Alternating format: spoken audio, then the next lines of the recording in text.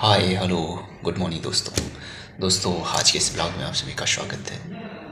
दोस्तों आज का दिन मेरा कैसा जाता है मेरे शेड्यूल पे डिपेंड करता है और साथ ही उसको कितना मैं फॉलो कर पाता हूँ। मैं जहाँ तक चाहता हूँ दोस्तों कि उस अपने शेड्यूल को पूर्ण रूप से फॉलो करूँ। तो मैंने आज सुबह सुबह पॉलिटी रखा था और पॉलिटी के बाद मैंने जो है कुछ पॉलिटी से जुड़े हुए कुछ क्वेश्चन थे उसको सॉल्व किए और फिर जो है मैंने ज्योग्राफी स्टडी किया। ज्योग्राफी में दोस्तों ये आप बुक देखे होंगे, ये वाली किताब,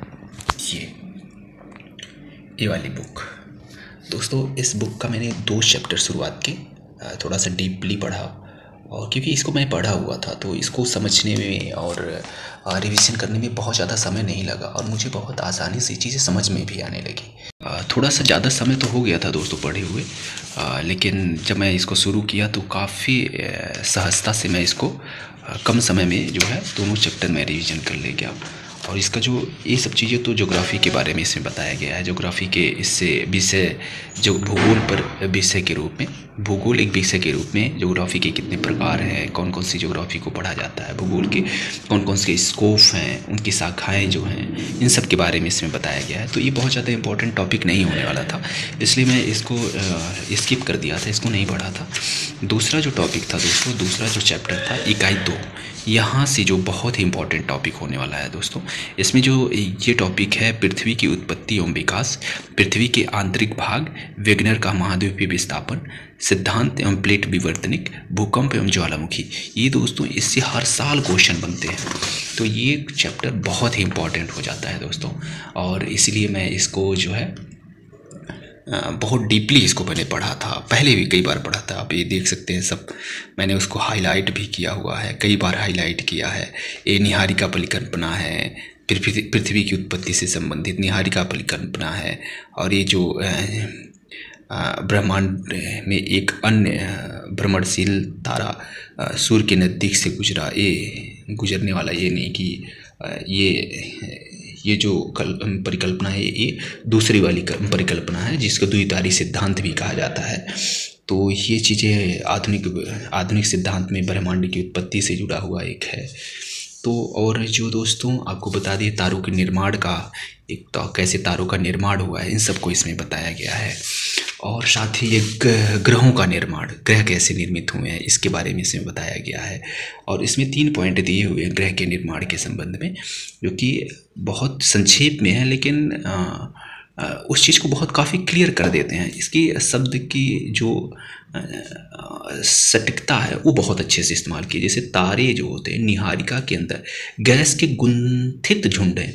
अब गुंथित झुंड ये इतना स्पष्ट चीज़ों को कर देता है कि इसको अगर सहज भाषा में करें तो फिर थोड़ा सा लेंदी भी हो जाता है, लेकिन अब गुंथित का मतलब आप समझ सकते हैं दोस्तों, कि जैसे कि कोई चीज़ हो, जैसे ऊन है, ऊन बिखरा हुआ, उसका गोला बना दें, उसको गूंथ दें, गुंथित कर दें। तो इस तरह से है दोस्तों, तो ये चीज़ें हैं। और ये सौरमंडल का एक टॉपिक है, सौरमंडल के बारे में है, चंद्रमा के बारे में है, पृथ्वी की उत्पत्ति से है और स्थल मंडल का विकास, ये सारी चीज़ें इसमें दी हुई थी। तो मैं इसको बारीकी से थोड़ा पढ़ा और अब सोच रहा हूँ दोस्तों इससे जुड़े हुए जो क्वेश्चंस हैं उसको भी मैं इससे सॉल्व कर लूँ। और ये जो दूसरा टॉपिक था दोस्तों, ये था पृथ्वी की आंतरिक संरचना।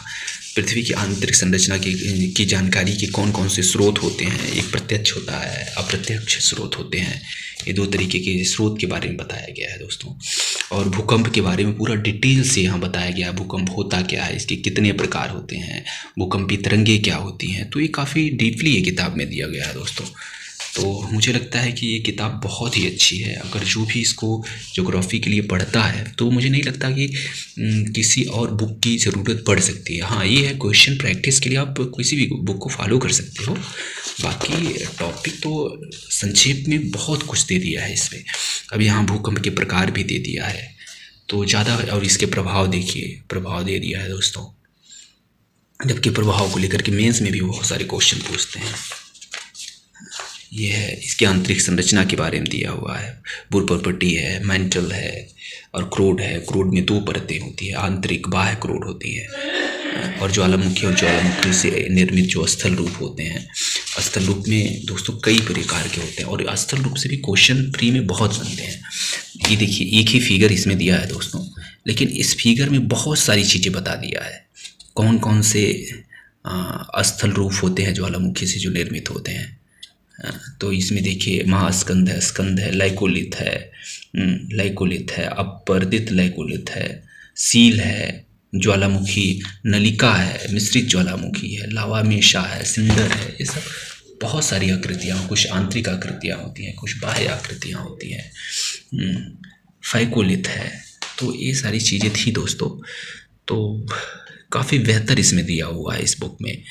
और ये जो अगला चैप्टर है ये महासागरों और महाद्वीपों का वितरण है से जुड़ा हुआ है। इसको मैं सोच रहा हूँ कल पढ़ूँगा दोस्तों, क्योंकि इसका अभी क्वेश्चन भी करना है तो थोड़ा सा समय लगेगा।